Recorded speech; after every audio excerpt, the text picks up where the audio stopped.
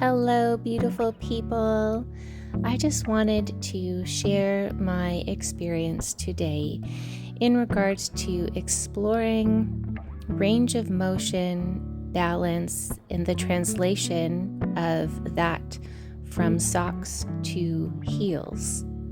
Sometimes when we translate movement from our socks into our heels, the movement can feel entirely different.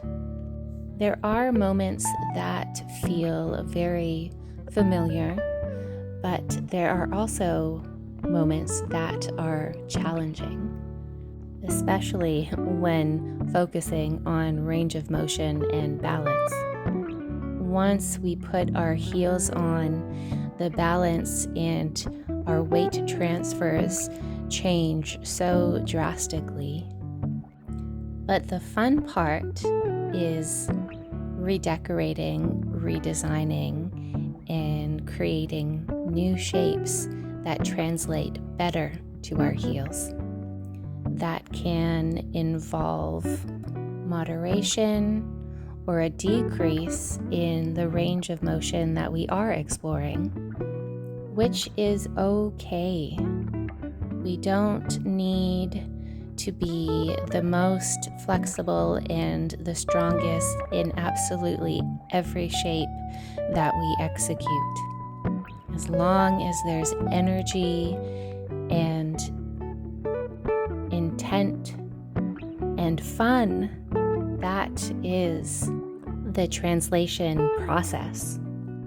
Now, the translation of socks to heels aside, in relation to exploring range of motion and balance, as dancers, we push our bodies and mind to the limit and beyond. But how much of that is with the purest of intent? And what I mean by that is we are always focused on looking more mobile and creating more flexibility in our bodies to create the shapes and the lines that we desire. And having those goals to do so is wonderful. However, again, as I just mentioned, we do not need to have the most flexibility to create beautiful shapes and transitions and details. As we play with range of motion and balance, it is a way to deepen our connection to our body, our mind, and our artistry. Using what we have, the abilities that we have in the present moment, in creating a shape or shapes that are comfortable for our bodies and make us feel confident in our movement. Sometimes it just feels so much better when we play with range of motion and balance without setting an expectation, without having or holding any judgment. The beauty of our artistry lays in our truth, not trying to be any more than what we are. Our art is honest and it's pure, and it comes from the abilities we already have. The refinement of our moves, the ambition to be stronger and more mobile is ongoing.